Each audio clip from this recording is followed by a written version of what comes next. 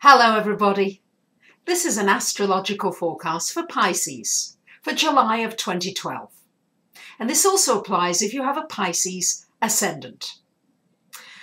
Pisces, this month Mercury, the planet of communication, of travel, short trips, visiting, technology, goes retrograde on the 15th of the month until August 7th. And it's retrograde in your 6th house. So I would say any interviews that you want to go for jobs, try to do them in the first couple of weeks of this month. Try to get any paperwork done that's important, that any signing of a deal, anything that's a new project, any important meetings, try to get them done in the first couple of weeks of the month.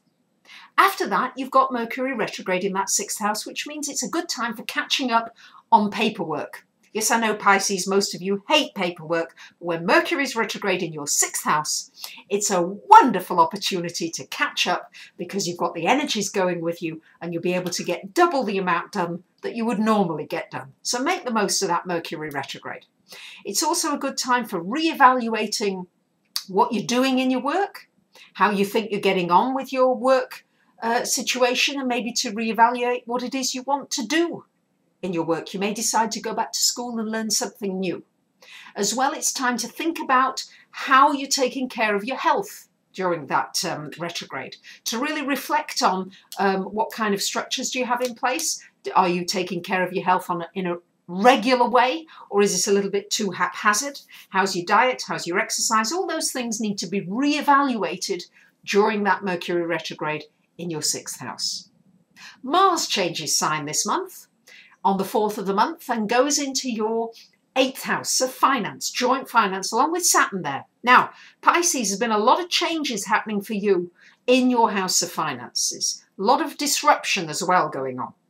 With Mars coming into this 8th house for you, this is a time for you to put energy into your finances, anything connected with the organization of your finances, anything connected with possible inheritance, insurance, tax, legal situation, all this you need to put some energy into during this transit of Mars. It's there for almost 2 months in that 8th house. So important for you to assert yourself, if necessary, in a joint financial relationship and to move forward with more certainty in that area. It's also a good time for those of you who want to have a deep sexual relationship, a soul connection with somebody.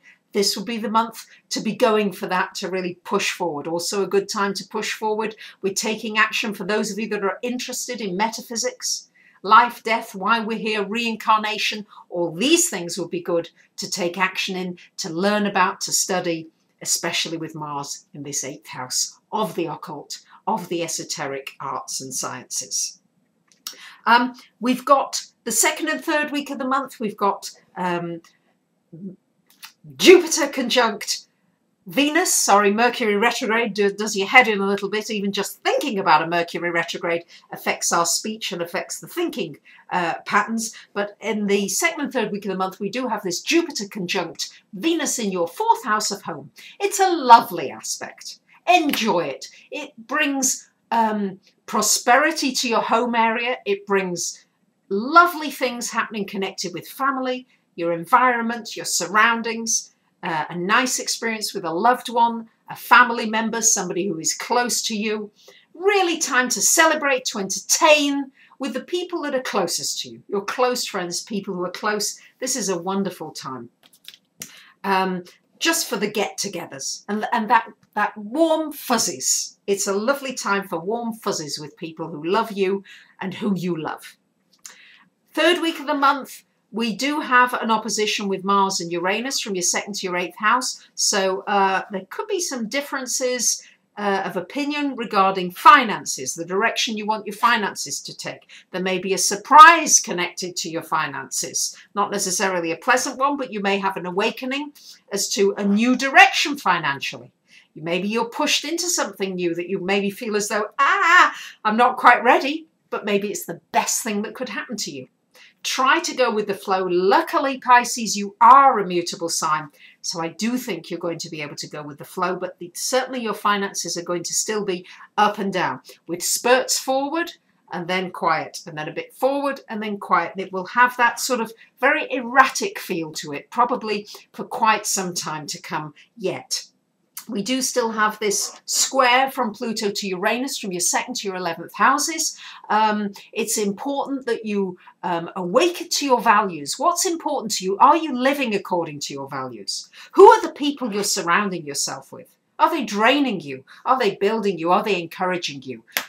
There's some awakenings to go on with the people around you, and for you to become more aware of that so that you can create a better environment that you can grow in and thrive in and create more of the things that you really, really want. Because there's a lot of transformation happening as far as your dreams and your wishes are concerned. Many of you feeling as though things are not moving forward as quickly as you'd like. Huge transformational changes are happening, but they're happening more on an inner level. But it's important that you get your financial house in order. Very important. So try to get out of debt, pay down any debts that you have, and try to live within your means. That's going to be very important in these months to come. So there you have it, my dear Pisceans. I wish you a great month. Thank you so much to those of you who share these videos. Please share them, Twitter, Facebook, wherever you can think of sharing them. I really appreciate it. And I'm always delighted to hear from you. Thank you for listening.